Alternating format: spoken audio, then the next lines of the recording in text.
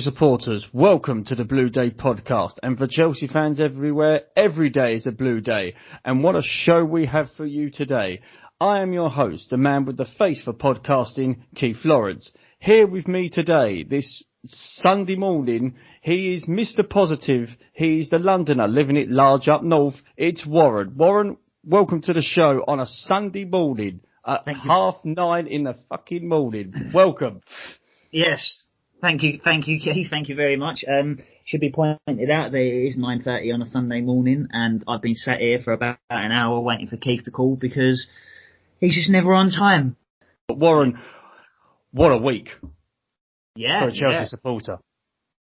There's been a lot going on. We certainly haven't been short of a bit of topic to talk about. Starting off sort of where we left the last game, just a day or two before the Barnsley game.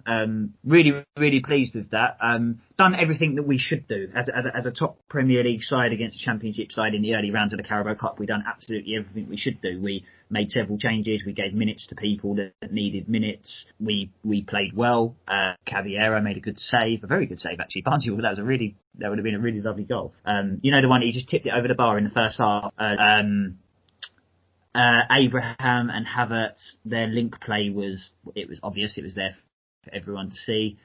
Scored a few goals, kept the clean sheet. It was everything that, like I said, it was everything that it should have been. And it was quite nice for once for Chelsea just to do what Chelsea should have done. Do you know what I mean? So, really positive performance. Really, really pleased to see Havertz getting some goals, Tammy getting his goal, Ross Barkley getting his goal. Yeah, good. A thoroughly professional performance all round. Nothing outstanding. Havertz stands out because of his hat-trick, but that kind of glosses over the fact that he's still very young and he's got a long way to go to integrate himself into the team in the Premier League. But yeah, other than that, all positive from the Barnsley game. How about you, Keith? Did you watch it? I did watch it, yes. For those of you that are probably wondering why we're starting off with the Barnsley game, which was a few days ago, me and Warren did decide earlier on today that we wanted to start with a positive vibe on the show because less than 24 hours, there's been a lot of negative comments about the club considering what happened yesterday. So we decided that we wanted to start on a positive note. Yes, the weather maybe look shit outside, but we just want to sort of get a positive, good, vibrant feeling amongst the place. So we are going to start, my co-host rightfully did, with the Barnsley game. So we are through to the next round. My thoughts on it, I want to start with the starting 11. I'm surprised Emerson started, let alone he's still at the club. Yeah. Oh, it was nice to see Silva and Havertz start, plus give Hudson-Odoi a good mention. Yeah. I want to thank the Barnsley defender for the first goal. Yeah. Really, really pleased with his helping hand with that. For me, the defence still looks shaky. Yes. And we're going to talk about that with the next game. In regards to the midfield, because we had Kovacic, Barkley and Mount as our three centre mids, who's defensively minded in that midfield that would support the defence? That was my main note that came out of that game, because the amount of times Barnsley were feeding balls in between the areas of defence and midfield against a Premier League side, which we will talk about later, that would cause us problems. Yeah, and it did cause us problems once or twice against Barnsley. I mentioned the Caballero save, and there was one or two other times that the Barnsley centre forwards sort of came short and filled that hole that would be that space that would be taken up by a Jorginho or a Kante. I suppose that Frank looked at the Brighton game when we had Jorginho and Kante sitting deep. Brighton, by the way, who have shown in their opening 3 games that their performance against us on the first day wasn't that bad, and maybe our performance against them wasn't actually as bad as we first thought, because Brighton have started really, really well. They're playing really good football. They got a good, unbelievably unlucky against Man United yesterday, breaking a Premier League record for the amount of times to hit the woodwork in a match, and an individual player doing it 3 times and stuff, and then the penalties and the overturning and blah, blah, blah. So I think that he just looked at it and kind of thought, right, well, it's Barnsley. They're not going to be as much of an attacking threat even as Brighton. And do we need 2 defensive midfielders in there? No. Do we need 1? Maybe. But is it like a pre-season and we need to give people the right amount of minutes in the right games and stuff. I think that there was a big balancing act against Barnsley. I mean, Kovacic can come and take the ball off of the defence, but I know what you mean. There's not that cover in front of them. And I think that the Barnsley game showed that we have to play Kante or Jorginho in. One of them two has to play in almost every single match until someone like Billy Gilmore's back fit and if he's playing well. I think it showed him that. But we don't need a defensive midfielder against Barnsley. You know, I mean, Man City might play somebody in that role to pick up the ball off of the defence in the same way that, you know, Kovacic did or Barkley tried to. But resting players that needed to be rested and playing players that needed minutes. So maybe people were being played slightly out of position to give them minutes because Frank saw an opportunity against Barnsley to do that. And he didn't see the opportunity to do that against Brighton, Liverpool or West Brom. And he's been proven right in that sense. Okay. I was pleased with Tammy's performance in regards to giving Frank food for thought. His link play was the reason I wanted Giroud in the team. But Tammy done it. Well, my note from midweek was play him up front with Timo out wide at the weekend. Well, this is I've been calling this since I first saw the lineup for the Brighton game. Sorry, carry on. No, by all means, you know, you're in a good mood. I'm trying to get some positive vibes from the show. I'm in a great mood. I'm in a great mood for reasons that I'm going to move on to when we finish the Barnsley game. But yeah, I'm in a great mood. That's the main course. Hudson-Odoi, again, my notes on midweek. Hudson-Odoi still lacking that spark. Great goal by Barkley. Yeah. Great combination play by Tammy and Kai Havertz. Great to see the flair in some of our attacks, which is what we were missing a lot last season and a little bit to begin with this season. Yeah. Really pleased with the clean sheet. We don't get much of them often. No. My only criticism is not taking the chances that were presented with us. I know it finished 6-0, but there were a lot of other chances that we had. You know, if we're more clinical, it would have been 7. I know Barnsley had chances as well, but we have got the better players. Barnsley's chances were very few and far between. I think that we dealt with most things that they had to throw at us. Like you said, without that defensive midfielders cover, Barnsley had a little bit of a go. And credit to Barnsley as well. Real credit to Barnsley. Barnsley played well. Barnsley, even though Chelsea could have scored 7, 8, 9 sort of thing, Barnsley credited themselves really well. You know, I think they tried to play football. They tried to play out from. They tried to link play around their centre forward and get players forward in and around him and midfielders ahead of the ball. Barnsley played quite well. I want to give Mason Mount special praise for his performance midweek. I thought he was outstanding. He's going to cost us a fortune in socks if he keeps working them off. I'm telling you. It's going to cost us a fortune. The boy. I'd like to. Maybe that's something that I should have done before today's podcast was look up his stats for the distance that he covered, and not just for the distance that he covered, but in comparison to other people in other teams playing, and indeed in our team, but other people in other teams playing the same position and the same role as he's playing, and to cover the distance that he covers, especially in the second half.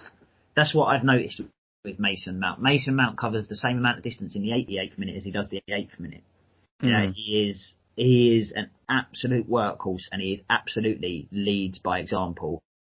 And I think it's a massive, massive credit to a young man who spent 1 season in the Premier League for us to have Jorginho, Kovacic, Kante, Barkley, Gilmore, Loftus-Cheek, and then in the more advanced role, you have your Hudson-Odoi, your Pulisic, your Ziyech, and going back to last season, your Willian and people like that, all people that are playing in positions that Mason Mount plays or has played.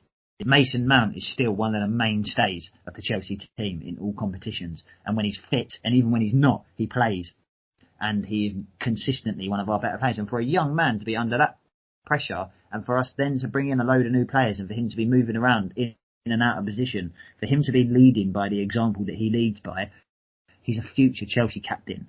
And I know that's a big statement to make about a young man who's people are not even sure if his first team, his place in the team is like assured at the minute. But his attitude is one that I admire so much. He just gets his head down and fucking works and does his job and tries to create. Scored a lovely, lovely goal yesterday. I think that because it was the first one, rather than like the equaliser, so like rather if it is his and Tammy's goals were the other way round, people would be raving about Mason Mount's goal even more. But because Tammy's goal meant so much more. People are going to look at that, and people are going to look at the fact that we conceded 3 goals and everything, and they're going to glaze over Mason Mount's incredible performance in yesterday's game. And like you said, against Barnsley as well, just the ground that he covers, Keith. I don't know where he's like N'Golo Kante. Yeah. It really is. I don't know. Like you said, Keith, you've mentioned just there that obviously you're really pleased with his performances, but looking at it from that perspective, what do you think about Mason Mount moving forward? I think Mount has got the capabilities to be at this Chelsea's team for the next 10 years. Yeah. At least. I think he does need to maybe bulk up a little bit more. Technically, he's probably one of the best players we have at the club. Yeah. With his first touch, his passing ability. He reminds me of Joe Cole so much. I can see that. Technically, and I mean, and I say this taking nothing away from Mount in the same way that I would say that I would rather have Ronaldo than Messi in my team, like that age-old argument. By saying this, I take absolutely nothing away from Mason Mount. I don't think he's technically as good as Joe Cole, but then I don't think any player that's ever played for Chelsea, technically, and like their technical ability on the ball, I think Joe Cole is the finest England player of a generation. So I don't think he's quite as good as, but he reminds me of Joe Cole, his attitude, his winners. There are snippets. Joe Cole was there are snippets. Joe Cole was also his personality. Joe Cole was a fan of Chelsea, and you know when he scored a goal, and this is what I like about Frank as well. When he scored a goal, he reacted like a Chelsea fan would. And there was times when Joe Cole, I remember once we was losing 3-0 at Old Trafford and Joe Cole put in the naughtiest tackle on Ronaldo, right, that I'm not joking, would get him a fucking 10-game ban these days. And this weren't that long ago, this was 12, 13 years ago. And it was just because Ronaldo was having a brilliant game and the Chelsea fans were really pissed off with Ronaldo because he was showboating and he had a really good game and he'd set up 2 and scored 1 or whatever. And Joe Cole just fucking cleaned him out. That's like, and I know it's not the right example to set to young people, and I'm not saying to any young viewers any young listeners that are listening today, I'm not telling you to go out and like headbutt the geezer next year because he's playing really well. But it's how the fans felt at the moment, in that moment. And Mason Mount seems to be of a very, very similar mould in that sense. You know, he's a young lad who just loves the club, and his passion comes out. And I love Mason Mount. He is by far my favourite academy player, if there even is one. My final thought, and this is in relation to the goalkeepers, which is a very good segue for our next topic. Yeah. I thought Caballero midweek had his best game for us. I believe his shot-stopping ability was very good. He was in the right place at the right time. Where I was listening to it on the EFL website, I could actually hear Caballero speak. Yeah. And he was commanding. Yeah.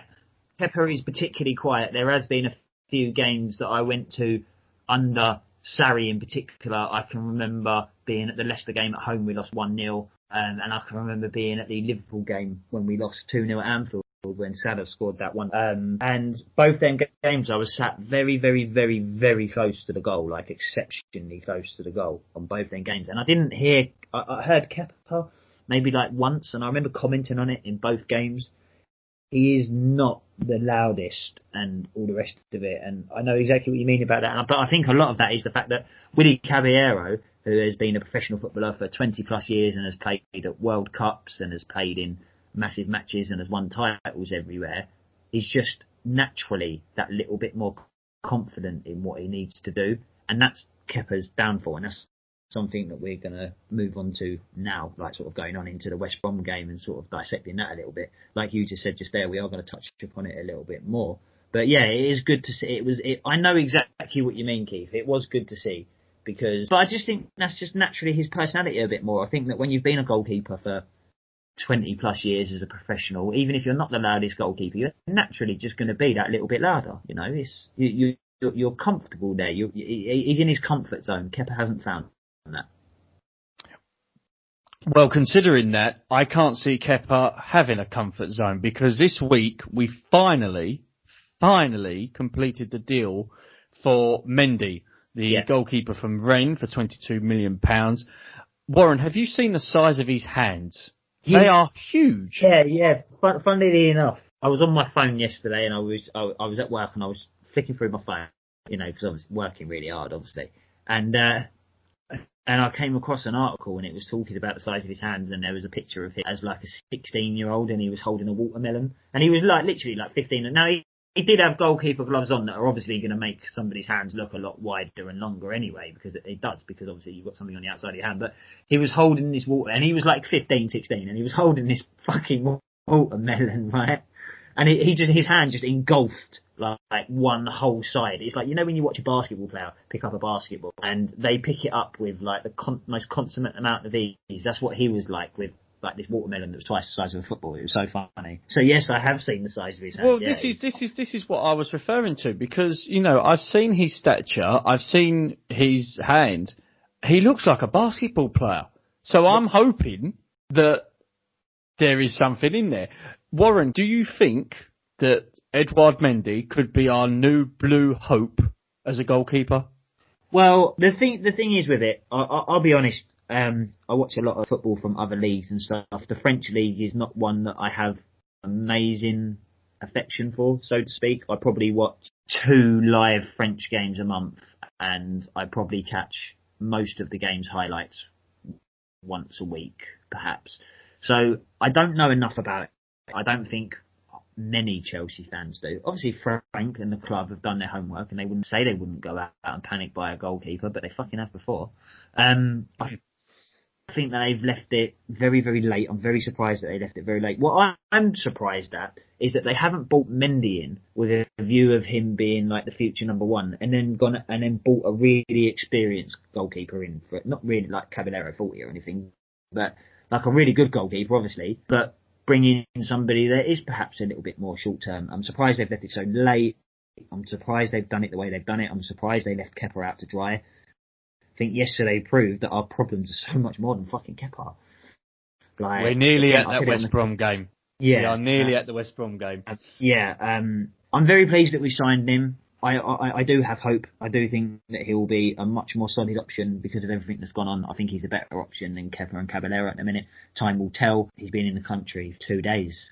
And has he even been in the country for 2 days? Maybe yesterday he had been in the country for a day or two. Wouldn't have had a training session. We wouldn't have had an intense training session so close to the match. So he wouldn't have done a proper training session with the lads. He may have met them, and that was it. So I'm not surprised that he didn't play yesterday. But yeah, I'm pleased. I mean, in Frank, I trust, I suppose. I mean, there's nobody that he's particularly put in the team so far or brought to the club that's been terrible or anything. I think his man management has generally been quite good. And do you know what? Everybody says it. Everybody has said it. And it's something that I've mentioned on the podcast. I think I mentioned it on episode 1. Listeners who haven't listened to it, go back and listen to episode 1 because it was a brilliant episode. And yeah, I don't know. But what do you think, Keith? Are you? I mean, obviously, you sound like you're quite positive about Mendy. I think it's hard not to be positive about a goalkeeper at the minute, given our current situation. But are you pleased that we signed him? Is he who you imagined we was going to sign, or did you think that we was going to go out and get Henderson or Black or someone like that? I'm taking it from your point. I'm getting your vibes. Your vibes of positivity. Mendy, I'll take him for now. I am expecting more clean sheets through our side now this season, considering I've seen the size of his hands for a start. one clean sheet in 21 away games, Premier League away games, is unacceptable. And what I won't do is try and find a positive spin on that. The only slight positive thing, right, is the fact that our clean sheet came away to Tottenham and we won 2-0 in their new toilet, and that is the only spin that I can put on it, but that's coincidental. I can't put a positive spin on concede on average 21 games, 42 away goals, 2 a game. We've conceded more than any other team away. Over the course of 21 games, you can't make an excuse for it. That has to change. That has to get better. Right? It doesn't matter that I'm positive and I think it will change. It fucking has to change. That is not good enough. Defensively was not fucking good enough because there was individual mistakes. That's why I'm positive, because I can see it coming, and I think it is coming. And I hope Mendy's the answer. At the moment, I suppose your question is, do I think he's going to be brilliant? I don't know.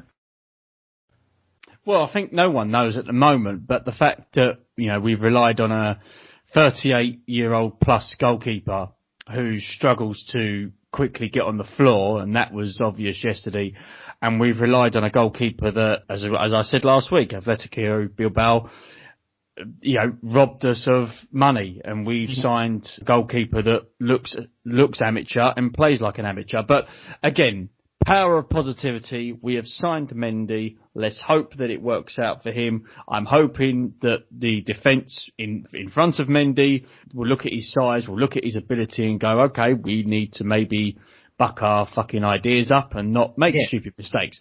But speaking of fucking up and making stupid mistakes, Rudiger and Jorginho. Now, they two players who I have had issues with personally over the course of their time at the club. I think Jorginho has been considered a lazy player. Sarri's son, I think, was a lot of the outcry during Sarri's only season at the club. And as for Rudiger, I think there were times last season that he disappointed me massively with his performances. I think Sheffield United away being one of them. But let's briefly touch on them two. Jorginho's been linked with Arsenal. Yeah. Arsenal apparently are looking for a new midfielder. Jorginho has been touted as an option.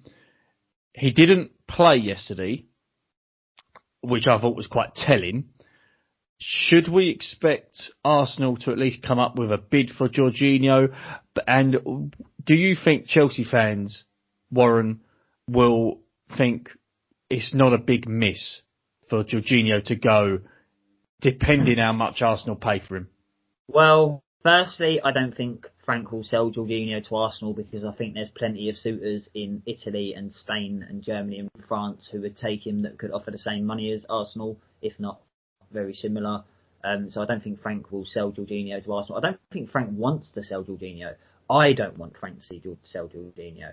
I don't think that he will be massively missed by Chelsea fans until they realise how important he is in certain games. I think that you don't know what you've got till it's gone. Good song, you know. It is a very good song. Jorginho is equally important to Chelsea at times.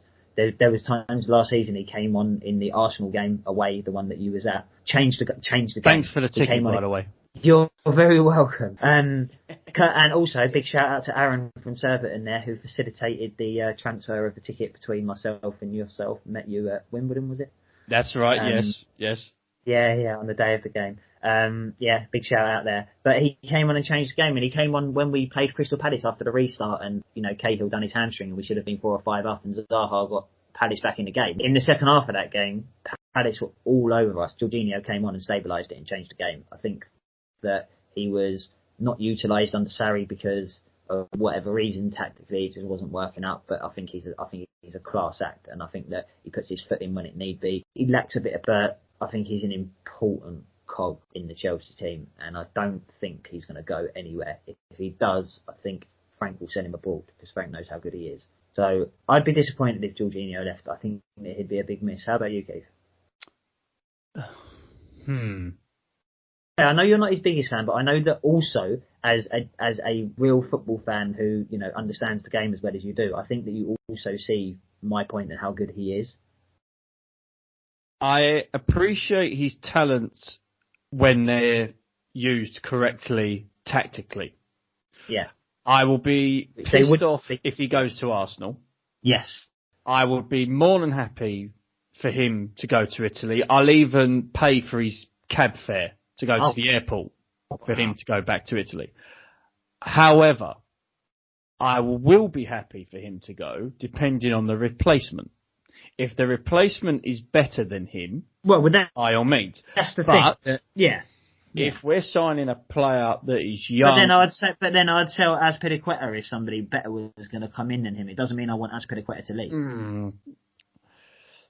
So my point is that, you said that if we can sell Jorginho and get good money and then replace him with somebody who's going to be even better, I totally agree. I don't want Tammy Abraham to go anywhere. I want Tammy Abraham to be at Chelsea for another 10, 11, 12, 13 years. But would I swap him for Lewandowski right now? Yeah, of course I would. It doesn't mean that I don't want Tammy at Chelsea. It just means would I rather have somebody who's going to score 55 goals and get 30 assists? Yeah, of course I would. That goes without saying. Like same as Giroud. I want Giroud to be playing more. I think because of the way that he can link up. I think that he can be really vital to Chelsea this season. But would I swap him for Lewandowski? Yeah, of course I would.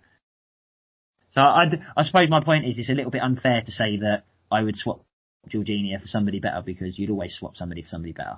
I was don't more know, talking but from the realistic point of the transfer window, considering it's a couple of weeks' time before it closes. So who could we get as a ball player midfielder who picks up the ball off of the defence? And we've got plenty of people that are meant to go and get goals, so we don't have to worry about that. But a captain, a vice captain, somebody who leads by example, somebody who's passionate, somebody who takes the ball off of the defence and breaks play up and takes up good positions defensively that people perhaps don't really appreciate. Who out there on the market at the moment is there that's going to do that better than Jorginho?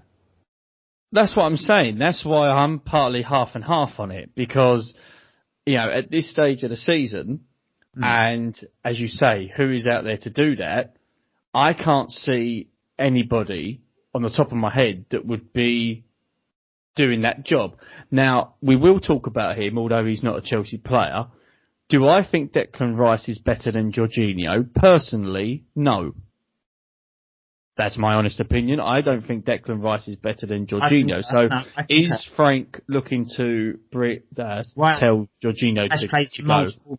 Rice plays in multiple positions, and Frank. He does, and Frank can obviously some sort of like development opportunity there. Obviously, I don't think we'd be linked to a player, even though it's not quite as strongly as Havertz, where they're obviously like flying out and directly talking to each other. I don't think we'd have been linked with a player this long unless there was really something there.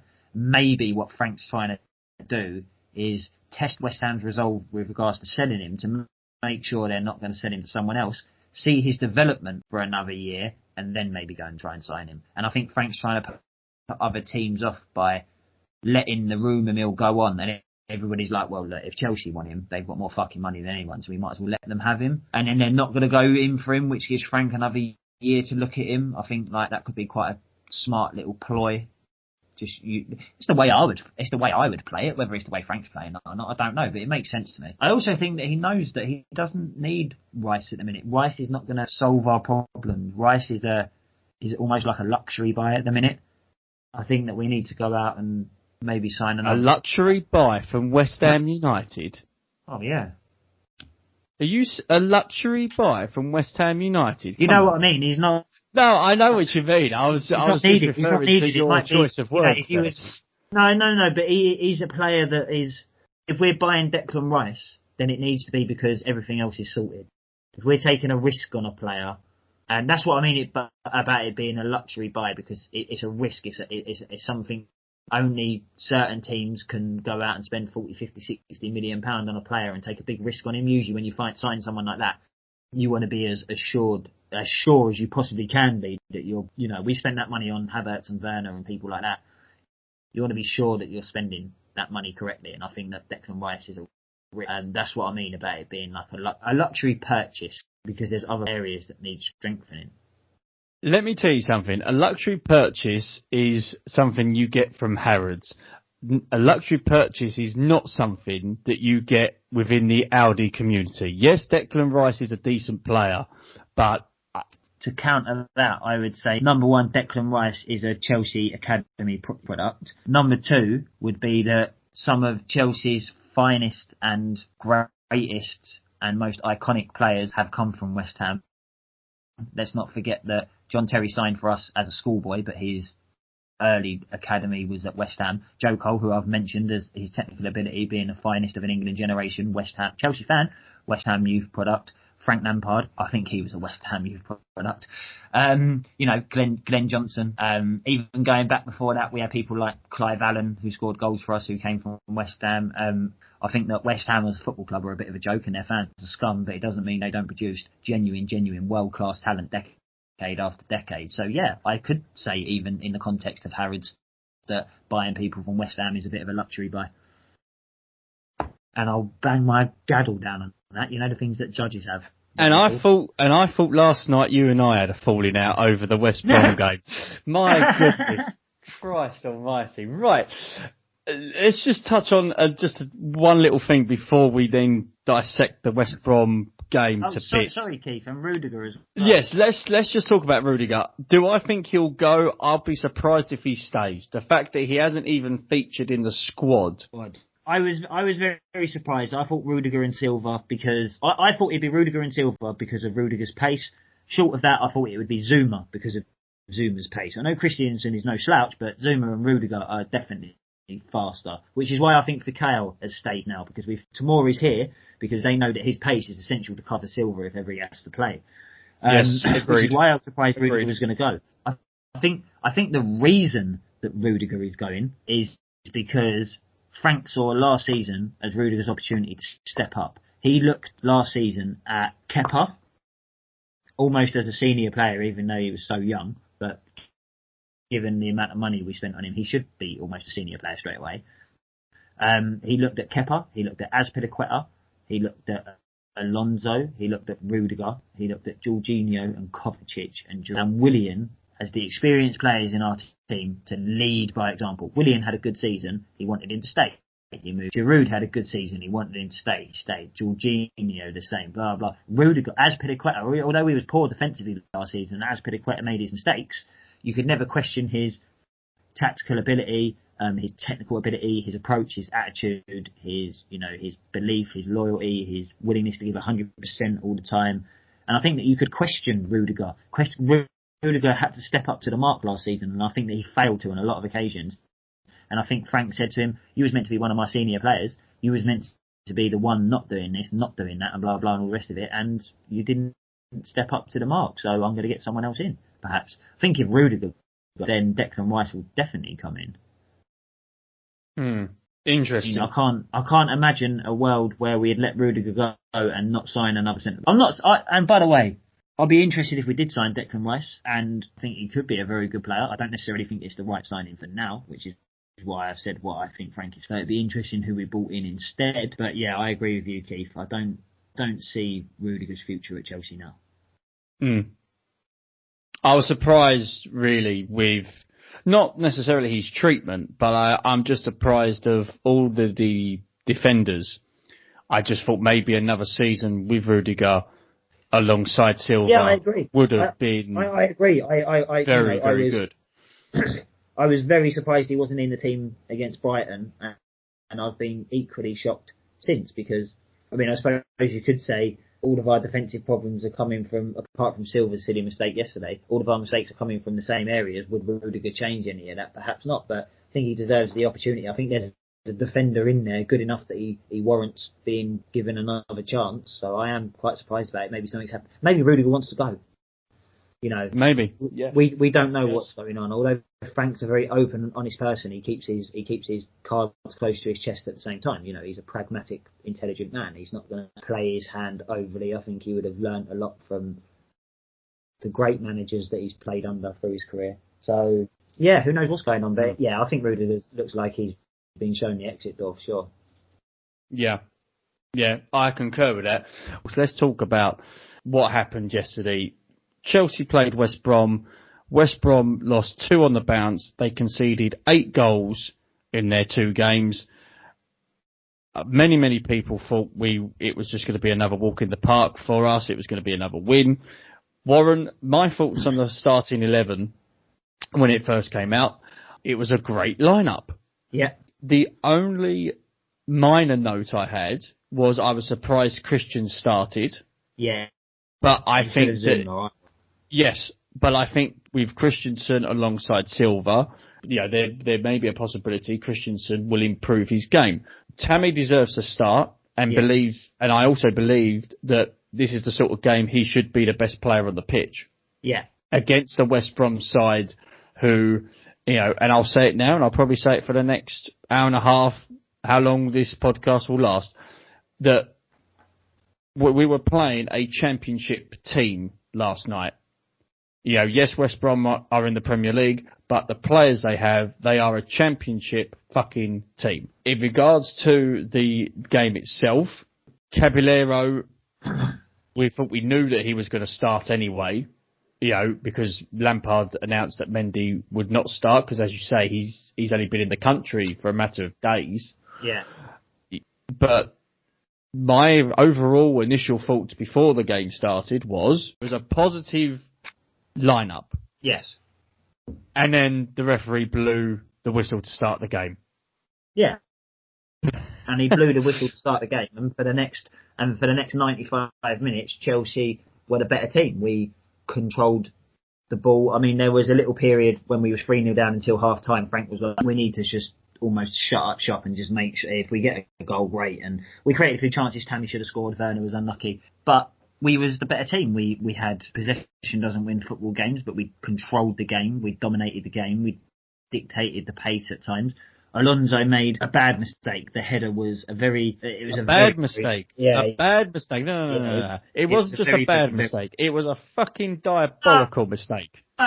Listen, it was a poor mistake. If I saw my son, under 8, under 9, whatever, if he made that mistake, I would be disappointed. He is a professional footballer. You do not head the ball back to dangerous play. You head it away. It wasn't the only mistake. I'm sorry, but the keeper should save that. Alonso shouldn't be punished for that.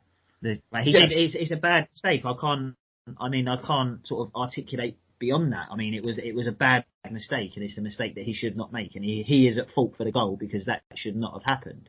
But that doesn't take away that we had other opportunities to close the ball down or get players back, and the keeper should have saved it. And it is a bad mistake, but we were still playing well. We were still the better team. And then they had that, and then obviously Thiago has just had a moment where it's just one of them things, right? And it's not like Alonso's mistake. Alonso's mistake is a really, really poor decision and a really bad mistake, right? And a mistake that should not happen. Thiago's mistake is just one of those things, right? And it come at a really bad time for us, and it come at a really bad time for Frank, and it come at a really bad time for Thiago. If that happens, when we're 4-0 up and everybody's just like, oh, well, it's lucky he didn't do that, on his debut when they was already losing 1-0 or something. It's just really bad timing, right? So we have to just accept that as like, oh, shit, right? The third goal, and Chelsea as a defensive unit as not getting out and communicating properly, because as soon as that corner comes in and it's going towards the edge of the box, you've all got to get the fuck out. For anyone to be left in the 6-yard box in that situation, you're talking about under 8 football, right? And I'll go all the way back to that. That is unacceptable. What happens the first moment when the ball is going away from goal? What's the first thing that every dad and every mum and every manager on the sidelines of every football pitch up and down the country from the age of 5 years old up does? Out! So Marcos Alonso did leave his man, but the Chelsea defence should have been pushed up. So there was 3 moments in the game that we was punished for, like we was playing Barcelona, right? And Caballero should have saved the second goal as well. He let it go under him a bit too easy, I think. And I'm not being overly harsh on Caballero. I'm just making the point that it didn't matter who was in goal. It didn't matter if Kepa was in goal, if I was in goal, or you was in goal. We're conceding 3 goals. Right, so it doesn't matter who's in goal, the defence is not good enough. But it's down to individual mistakes. It's not because tactically we're not good enough. We was very good yesterday. We created a lot of chances and we showed fantastic character. But positivity is the key. We came out in that second half with the ambition and the belief that we was going to win that half 3-0. And we did. And we was by far the better team. West Brom didn't know what to do with us. Reece James was fantastic going forward. I don't think Marcos Alonso actually really had the worst game ever. Apart from that mistake, that header is so awful that it makes his performance awful. You can't get away from it. It doesn't matter what he does after that. His performance is awful because of that one moment, because it was dreadful. But we need to support the club because it's moving in the right direction. Look at yesterday, right? All the players we've brought and all the players we want to sign, and in all the positions we want to improve and do this and do that, and 3 academy players got us out of a hole yesterday. That's what Chelsea Football Club means. 3 academy players got us bang out of trouble. It used to be John Terry and Frank Lampard and Didier Drogba, and yesterday it was Mason Mount, Callum Hudson-Odoi and Tammy Abraham. Got us out of a hole. That's why I'm positive, because I see it coming. I said on the podcast last week, I can see it coming, and I still can. Quiet before the storm. Sorry, Keith. No, I was just waiting for you to finish. It's just passion, and I just want to support and love my club the best way that I can. And I think that we've lost the mentality of having to grind. Do you know what I mean? We just expect an immediate success because we're spoiled bastards as Chelsea fans. We're so spoiled, this generation of Chelsea fans. And we've lost the mentality to, when we call for the team, okay, so the flair and everything brilliant isn't working. We call for the team to knuckle down and work their socks off and do what's right. And even if you lose, do the right thing and play with the right attitude. We need to look at ourselves as fans in the same, as supporters of the English football game. We are professional supporters. We're not like amateurs in America. We're do you know what I mean? USA, defense. Do you know what I mean? We are professional supporters, right? We need to look at ourselves and say, well, if the team's going to dig in and muck in and get down and dirty and deal with it and grind with it in certain times and just deal with shit sometimes, then we have to look at ourselves as fans and do the same thing. The players are leading by example at the minute with their attitude on the pitch and what they're trying to achieve. We need to be the same. I'm finished. You sure? Yeah, because if you don't start talking, I won't be finished. So sorry, Okay. Sorry, listeners. I know that you very much enjoyed listening to Keith as well, and I'm talking all over him. So apologies, listeners. It's that power of positivity. My halftime notes. Now, bearing in mind, I was angry, not happy. I was actually hungry because I was actually waiting for my takeaway to be delivered, and I got told it'd be an hour's wait. But my halftime notes. Ordered football during the food. You ordered football during the food. You ordered food during the football. Well, it was meant to come before the game, and then it was meant to come before the game, and then I got told it was going to come about half time. So, bearing in mind, I was a bit hungry. Believe it or not, I do have some positive things to say about the second half. The half-time notes for me, I thought the team and the performance was disgusting, embarrassing, and pathetic. Tammy, 9 times out of 10, he would have scored that chance. James whipped in the most gorgeous cross. Oh, it was perfect. It was just unbelievable. The timing of the run, beautiful. Abraham, the timing of the run, everything. Yeah, Tammy should have scored. Tammy should have scored that. Yeah, Tammy knows he should have scored that. Werner was unlucky with the chance that hit the bar. Yeah, snap chance, yeah. But as you would talk about, the mistakes that we're making at the back yet again. My note that I put down at half time, nothing has, and I did actually put this for the Brighton game, nothing has changed from last season defensively. The club and Frank are to blame for that. Now, let me just read some of the notes that I put down. Bearing in mind, we allowed Ake to go to Man City, so that was a centre-back option. Man City are also about to sign Ruben Diaz from Benfica. He's a 22-year-old Portuguese centre-back who I will be amazed. I will be amazed in 3 to 5 years' time. He is not classed as one of the world's best centre-backs. He's outstanding. I know that you're a big fan of him. I know that you've mentioned him before. We've not made any strides to improve the centre-back department in that area. We've brought in a 35-year-old centre-back who's now 36. His birthday was on Tuesday. We've brought him in.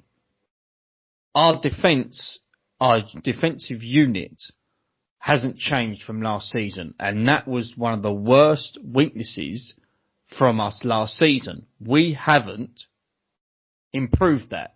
That is my worry. So we've spent £200 million on trying to improve the squad, but the main issue that we had last season, where we conceded sloppy goals to shit teams last season, that yes, okay, we got Champions League, but we dropped points against shit teams that we should never drop points to from defensive mistakes. It's still there. And Frank is one of the most intelligent. Hang on, just bear with me. Frank is one of the most intelligent people at that club. He surely should know that we should have gone out. And I said this last week about the goalkeeper in the FA Cup final. We should have gone out and improved the entire defence. Yes, we've brought in Ben Chilwell. Well, he's fucking injured. So, that's great. He comes on half-time against Barnsley, and he's nowhere to be fucking seen. We almost didn't sign him when we thought his injury was going to be longer, didn't we? Yes, exactly. We allowed Ake to go to a rival. Ruben Diaz is on his way. There are, other sort of defenders that are, going to and from players. I know the lad from Inter Milan, the centre-back from Inter Milan, he's been linked with a number of clubs as well.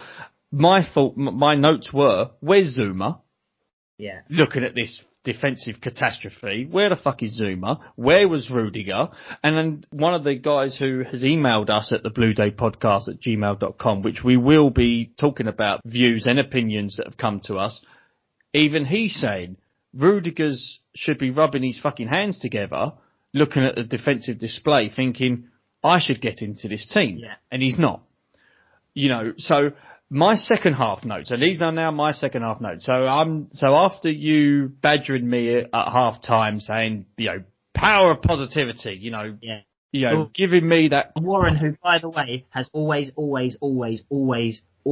been the same. There is even a video on YouTube last year, Man United, first day of the season, we lost 4-0, and I was one of the last people in the stadium, and I clapped our whole team and our whole management and our whole coaching staff and all of the fans off of the pitch, because I will stay there until the very end and clap my fucking team. As long as mistakes, although they need to be eradicated if we want to be successful, which is what I want. Mistakes I can live with as long as everyone's given 100%. So, the second half, he puts Azpilicueta on and Hudson-Odoi on. Yeah. For me, they were positive substitutions.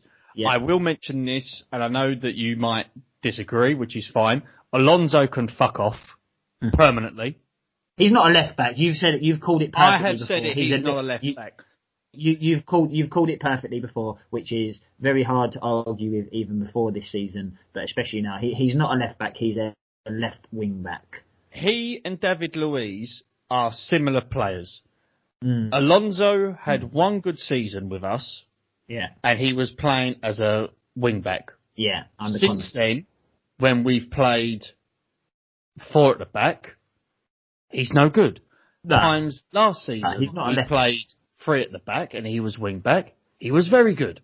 So if we're playing 4 at the back... He's not that bad. I don't think he's that bad defensively. I just think positionally he's not a left back. Like, do you know what I mean? I think that he takes up some bad positions, and sometimes he is occasionally a little bit lazy as well, where he's not used to having to cover the extra distance. I don't think defensively he's actually that bad. I just think positionally, as you said quite rightly before, Keith, he's not a left back. Well, if we are to improve, we need to cut out the shit, and he needs to fuck off. In regards to... I'm now going to actually talk positive. Honestly, I will be talking positive. Mason Mount, I thought, was outstanding. Yeah. I believe that he was probably one of the guys at half-time that looked at the situation.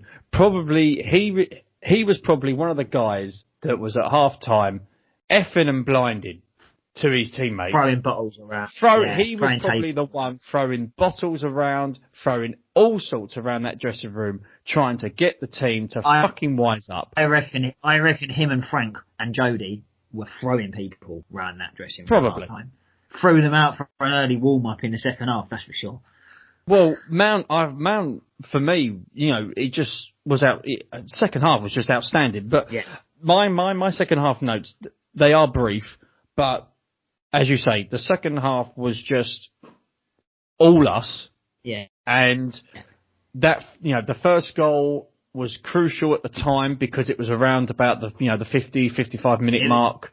So yeah, we needed one. We needed one at the beginning of the second half, and we got it. There was plenty of time for us to get the 2, 3, 4 goals that was needed. A Mount with that excellent finish was outstanding. And you've said it, Gary Lineker said it on Match of the Day, and I've heard people on social media say it. 200 fucking million pounds, and the 3 goals that were required to beat a championship team were scored by academy players. Who's to say that literally with just Ben Chilwell in the team, he doesn't make that header? We don't have that poor start, and we dominate the game from there on out. We're talking about potentially one mistake. Not a tactical mistake, not playing the wrong player in the wrong position, just one of them football moments, So I'm still just so positive about it. I saw so much yesterday. I saw so many things. Havertz had his first shot on goal in the Premier League yesterday. You know how bad it was for me yesterday? This is by the time that I was actually eating takeaway. You was feeling better. We were scoring goals. I was feeling better. The food came in. The goals were starting to flow. I just want to mention one thing. Hudson-Odoi's goal. People will not mention it too much because people won't say, "Oh, Rashford scored it. It was a wonderful goal. Kane scored it. It was a wonderful goal." Yeah. Hudson-Odoi's goal for me was one of the best goals this weekend. It was outstanding. The build-up play was exquisite. If that's Messi and Suarez doing that at Barcelona 5 years ago, that is all over YouTube, and even like Match of the Day are going, oh, we don't usually do this, but we've got a goal from La Liga, you know, licking arse all over it. It was a lovely, lovely goal. So was Mason Mount's.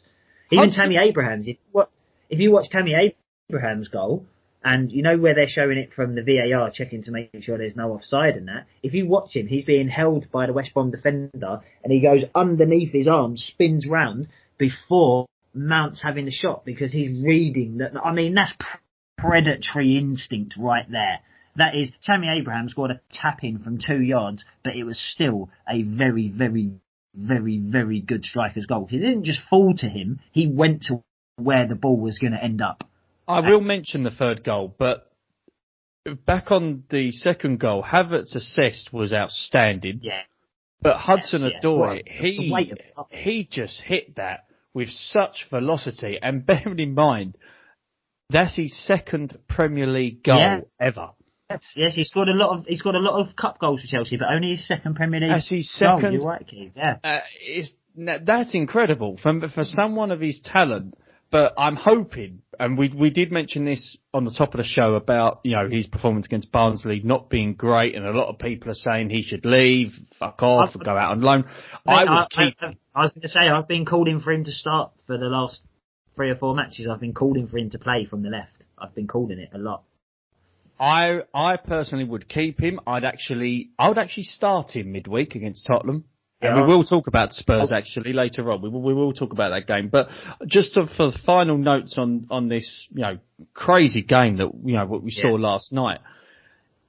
I thought we were massively lucky. Oh, the third goal, you know, if VAR ruled that out, I would be probably not doing this recording today. I would probably be out buying a new telly, because I would have ended up. No, justice was done. He weren't even looking. Justice was done, unlike the Palace match earlier on in the day. Justice was done. Let's not talk about that, because we don't know. I'm not going to talk about VAR in a negative way wherever possible. No, let's not talk about that. Because it's negative. Tammy, right place. Yeah. Tammy Abraham, right place, right time. Did you see his movement on the build-up to the goal? Yeah, he was always on the move. One alert in that penalty box, and the West Brom players were just ball watching. The goalkeeper was unlucky. He's made a good save. He's tried to get it away from the goal. Yeah. But Tammy, right place, right time. Again, anybody that's doubting Tammy's place in the squad, not the first 11 because that's different, but in the squad, should, you know, look at yourselves in the mirror, because for me, Tammy's in the squad all day long. But, you know, if you asked me at half time that we would get a draw from being 3-0 down, I would have said you were fucking nuts. Well, I told you we was going to win 4-3. You said to me we was going to win 4-3. I did also at one point message you and a few other people when we was losing 3-1, saying, "See, I called 3-1." Well, let's talk about the preview. I would start Mendy. I probably wouldn't. I think it's a high intensity game, and it's a cup game, and he would have only had a few training sessions with the squad. I think that give him the full week and then start him in the Premier League and start as you need to go on from there. I believe that Caballero will play against Tottenham. I don't think that it will overly negatively impact our team, because I think it's been proven whoever's in goal, it doesn't really matter, because the mistakes in front of them are so fundamental that it doesn't really matter, because they're not offered protection. So I think for that reason, Mendy will be given the week to settle in, and Caballero will start. I don't know where Pulisic is at with his recovery. I don't know where Chilwell is at with his recovery. I think Thiago will probably play most of the game again for fitness, minutes under his. I think you're right. I think Odoi will start. I think Tammy will start. The thing is, if Pulisic is back or someone like that, he may look to start Pulisic and bring Werner on, or start Werner and bring Pulisic on. I think Werner will be given a bit of a rest one way or another. Well, let's bear it in mind that it should be noted, and we have noted this on the podcast, that we haven't had a pre-season. You know, all these clubs have not had pre-seasons. I would start Havertz. I would start Werner, because these players need time to gel into the team and they need time to gel into the way the Premier League is. They need the right amount of rest as well. No, absolutely. I think rotation is key. I think that actually it's helping us. I think that it's helping other teams as well. Like having 3 games a week, I think, is helping everybody at the minute in a lot of ways, and it's especially going to start helping us more when we've got more key players back, so we can rotate the team a little bit more. So I think the more games at the minute are better for Chelsea than it is almost for any other team, because we've got so many players to come back in. I do think that it will be a case of either it will be rotated from the start or it will be rotated throughout the match. I think you're going to see a combination of the team that played against West Brom and the subs, plus 1 or 2 other players coming in as well. You know, a couple of players are going to come out of the squad, a couple of players are going to come from the bench to the starting lineup, and a couple of players are going to come from outside the squad into the squad. I think that's what we're going to see on Tuesday. I also think we're going to win as well. I think we're going to have a strong side out there, and I think we're going to win. Tottenham haven't even played. Hang on. I also agree that we are going to win. I think we're going to win, and the reason why I say that is when I look at the opposition, and I'm not just saying it's Tottenham, but they're playing, as we're recording this on Sunday, they're playing today. Yeah. They've then got a game on Tuesday against us. Yeah. They've then got a Europa League playoff. Yeah, but they're fairly in control of that, aren't they? They're not 3-1 up. No. It's not a 2-legged affair. It's a one-off. It's a one-off playoff game. Forgive my ill knowledge there. So this is the thing. Spurs are playing 3 games, and plus they've got another game on the Sunday. So in essence, they've got 4 games in a week. And this is the thing. We know how important the Europa League is to a small club like Tottenham, because if you get onto our YouTube channel, the Blue Day podcast, there's a video of them celebrating getting into the Europa League with a draw last season. And they're celebrating like they just won the league. So we know how important it is to them. Exactly. So they will see, I believe they will see Thursday as more important than our game. Because if they lose 100%. To Maccabi Haifa, they're not in Europe. So where the fuck will they go from there? And I want Tottenham to stay in Europe because I want them to have more games and get more injuries. Well, you know, at the end of the day... Not so much injuries, maybe just not injuries like, you know, I don't want anybody... Like, I don't actually wish injury on anyone. I'd rather just sort of like wish bad form on them.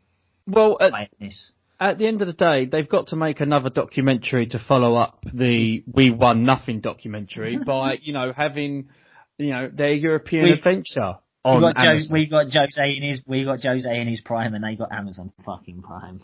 Exactly. Fucking Tottenham, the laughing stock of football.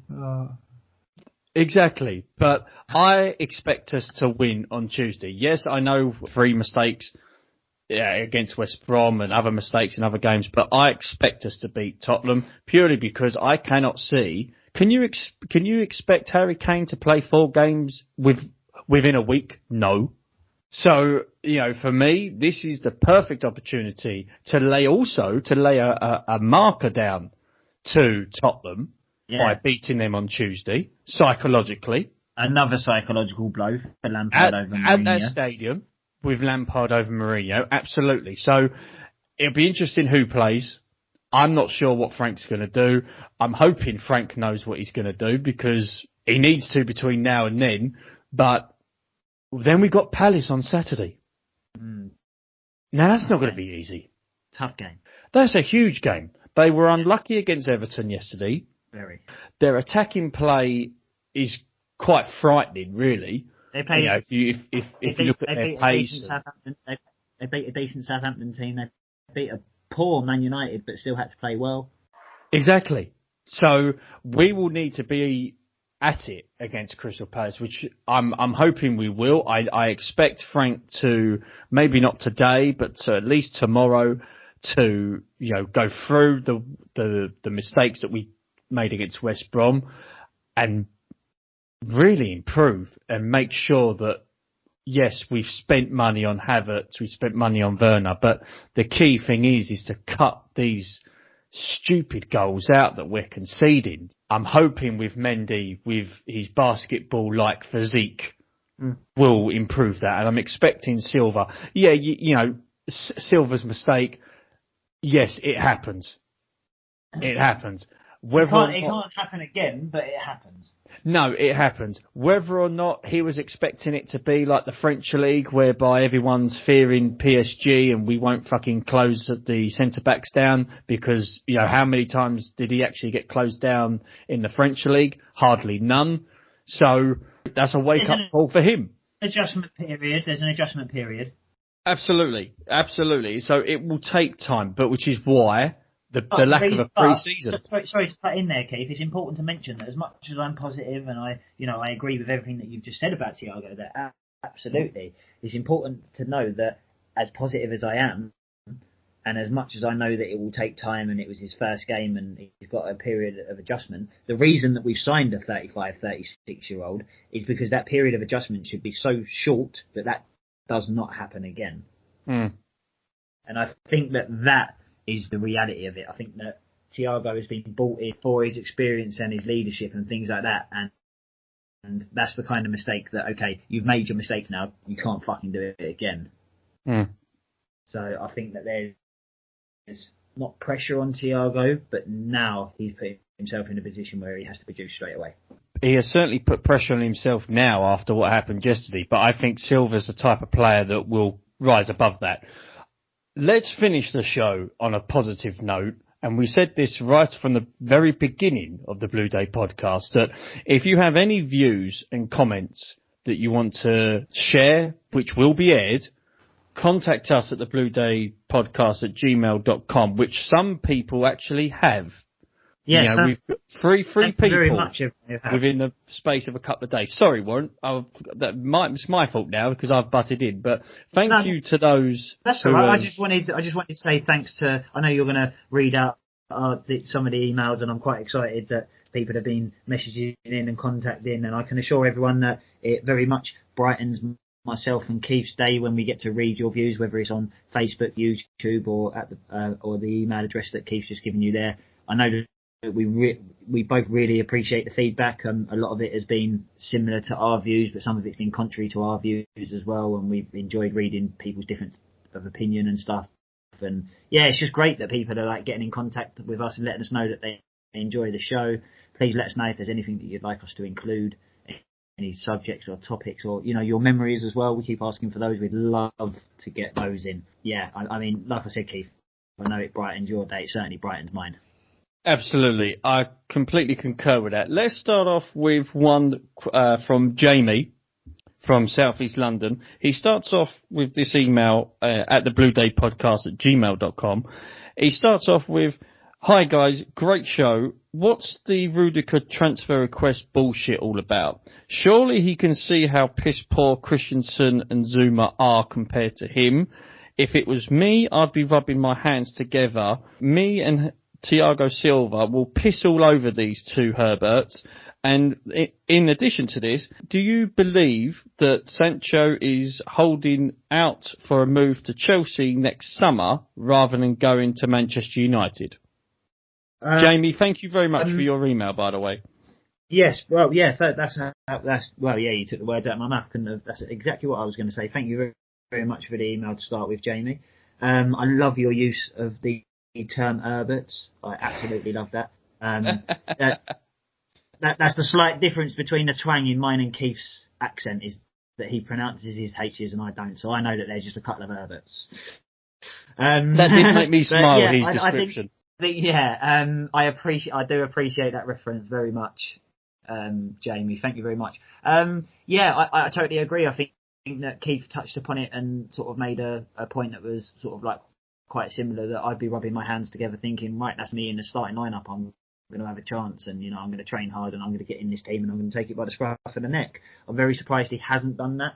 There must be, like I said, there must be something else that's going on there. Frank's either given him his chance and he's failed, and he thinks, right, no, that's enough. I need to get somebody else in, or Rudiger wants to leave. I prefer Zuma to Christensen. I don't think either of them are piss poor. I think that they're both just, nothing's changed from last season, and Christensen's red card was ridiculous. Apart from that, he hasn't done a lot wrong, but he hasn't really stepped up to the mark. So I can understand Jamie's point about being piss poor, that, if they're not good enough, they might as well be piss poor. And I think Christensen has perhaps shown himself more often than Zuma to not be. I think Zuma wins a lot more headers. I think Zuma's quicker. think Zuma's slightly better on the. So I'd rather have Zuma over Christiansen. But as for Rudiger, yeah, absolutely, Jamie. I'm surprised that we've said it throughout this podcast and we've said it from the very first game. Totally agree, Jamie, that I'm very surprised Rudiger's not in the team, and because he's not in the team and not even in the squad, it looks like he's on the move. 100%, yeah. But yeah, thank you very much for your email, Jamie. Brilliant. Great. One from Liam from a few days ago in reference to Kepa, and especially what happened with him last week against Liverpool. I might let you take the Kepa one. You want me to take this one? I think you'll take the Kepa one, because I've got a feeling that even though I agree that Kepa should be out the team and his mistakes are too much and everything, I'm still more of a supporter of Kepa, and I've got a feeling this one's going to probably quite negative against Kepa. So I'll let you take this one. Thank you for allowing me to take the reins on this one. Liam's wrote in on the thebluedaypodcast at gmail.com in reference to the Spanish prick. Just terminate his contract. That's all I have to say about him. It's a waste of a wage. We'll be lucky to get 20 million back for him, if any takers at all. Anyway, great podcast by you two. Keep up the good work and up the Blues. Liam, thank you very much for that email. We do appreciate it. In regards to Kepa, yeah, I think a lot of it has been said by ex-footballers. For us, I think his time at Chelsea will undoubtedly come to an end now that Mendy's arrived. Yeah. Anyway, the last one before we eventually go. Aaron, who is a huge supporter of the Blue Day podcast. You know, he's a guy who has liked a lot of the stuff on Instagram, which I will be talking about momentarily. He's also liked a lot of the stuff on YouTube. He's actually given his email to the Blue Day podcast. He starts off, he goes, "Hi boys, first off, love the podcast. Keep up the good work. I look forward to each one you do every week. Unfortunately, though, this is a negative email because of the West Brom game. My biggest issue is how bad we are defensively and how we won't criticise Frank Lampard. After a year, he should have sorted out our defence, whether we have the players he wants or not. We shouldn't be conceding goals like we did against West Brom. We should have a formation and a style of play. I don't know what our identity is as a team. Keith and Warren, do you? Pep and Klopp have been given time, yes, but very early on they set out their formation and style they want. I still don't know what Lamps wants from our team, what our main formation is, or the way he wants us to play. Just because it's Super Frank, it doesn't mean we can't be negative about him. I love him, but he really thinks this job has come too soon for him. Yes, it was a great comeback, but we are Chelsea and shouldn't be happy with a draw with West Brom. No disrespect to them. Feel like after every bad result we have a long list of excuses, and it shouldn't be like that. We want to close the gap on City and Liverpool. We should be hitting the ground running. Rant over. Cheers, boys. Aaron. Aaron, thank you very much for that. Warren, I'll let you take that. Thank you very much. Yeah, thank you very much, Aaron. Obviously, like you said, he is a big supporter, and I know that he messages us asking when the next one's going to be out. He's like, a few people have been like that actually, which has been really, really surprising. And that level of support, you know, me and Keith didn't think that we could be more motivated to do this podcast until we started to realise that people are actually like really enjoying it and looking forward to the next one. So that's brilliant. Thank you very much. I agree with a lot of what Aaron said, but there's a few points that kind of, you know, without making excuses, and I think it's important that we don't make excuses, but there are reasons behind things. I think that he made the point that, yes, Pep and Jurgen Klopp were given time, but they were setting out their formations and their teams, and you could see the direction they was going in very early on, and Frank's already had a year. Yeah, Frank's had a year where he couldn't sign anyone and he couldn't build his team. He had what he had, and that's the way that it was. So you can kind of cross the fact that Pep and Jurgen after the first year had set their teams out and started doing this, started doing that. Frank's a year behind in that.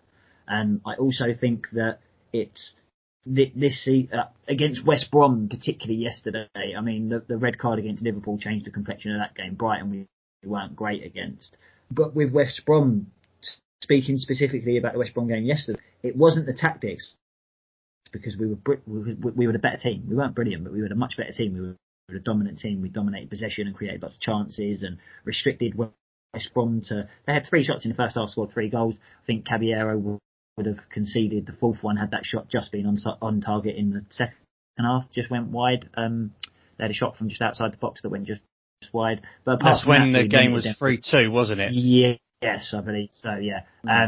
But other than that, we controlled the game and we could change formation and change personnel with minimal fuss, and it flowed okay. It could have been better at times. It's still early days, but it flowed okay. So I don't feel like it's the tactics. So I can understand what he's saying about, just because it's Super Frank, and I totally understand that. But it's not the tactics, because we were the much better team. It's just football. Sometimes, without making an excuse, and it can't be an excuse for the entire season, but in an individual match, a couple of minutes or a couple of moments here and there, sometimes it's just football. In the last podcast, we talked about how strong our team was that lost to Barnsley in the FA Cup.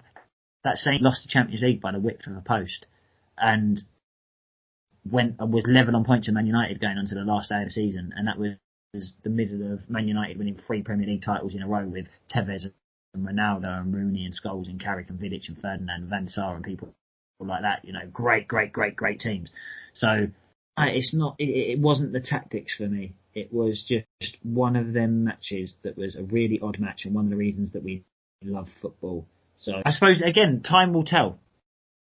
Time will tell. Everything that I've said I've always said about giving it time, and it's a bit of a cliche and everything, but it's not just about giving it time like, it's not working, he needs time to fix it.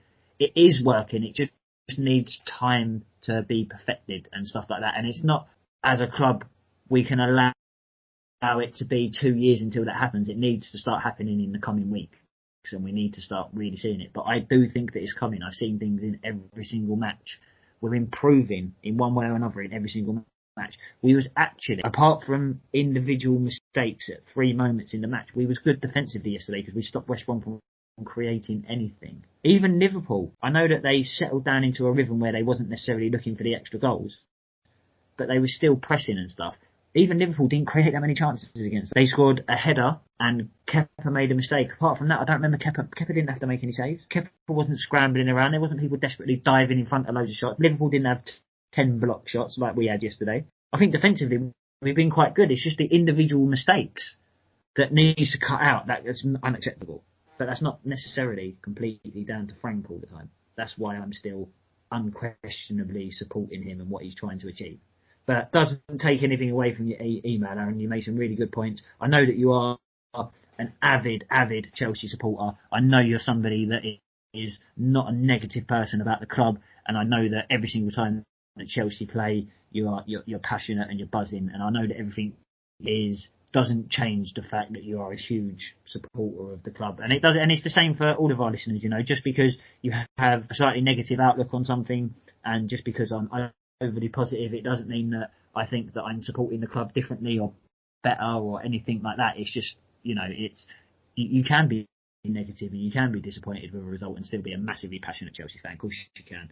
It's just, I guess I'm looking a lot more for the positive, because I think it's just the way to be. I think a positive mental attitude, a lot can be said for a positive mental attitude. Shall we finish the show? Yeah, no. I ran over, yeah. No, but honestly, thank you so much for everyone that's messaged in and subscribed to the channel on YouTube. Like I said, find us there. Keith's going to have a little mention of the Instagram account there, but the Blue Day Podcast, both Facebook and YouTube. Obviously, you've got the email address there at the thebluedaypodcast@gmail.com. Find us on those. Find us on Instagram that Keith's going to tell you about now. Just keep your views coming in, because it is why we do it. We love getting all the messages from you guys, so thanks very much. I just want to conclude it, information on our Instagram page that has been set up within the last few days. Have a look at it. It's got some great photos on there at the moment. It will have some more, top photos on there. It's also got videos that we will be putting up in regards to certain matches that have happened on this day. Also have a look on the YouTube channel, which will have roughly the same sort of content. But yes, if you know Chelsea fans that addicted to their phones, that like Instagram, that like YouTube, get them onto that show. Get them to subscribe. What's the name of what's the name of the Instagram page there, Keith? The name of the Instagram page is the Blue Day Podcast. Brilliant. Like it, follow it, tell your friends, tell the guys that you go to the pub with, and by all means, send us some more comments, send us your views, send us your feelings on Frank and the boys. My fellow Chelsea supporters, thank you very much for listening. Thank you very much for sending in your views and comments. I have been Keith Lawrence. He has been Warren. Ladies and gentlemen, enjoy your weekend and carefree. Yes! Come on, a fucking Chelsea! All the negativity in the world can't keep us down. Ha ha!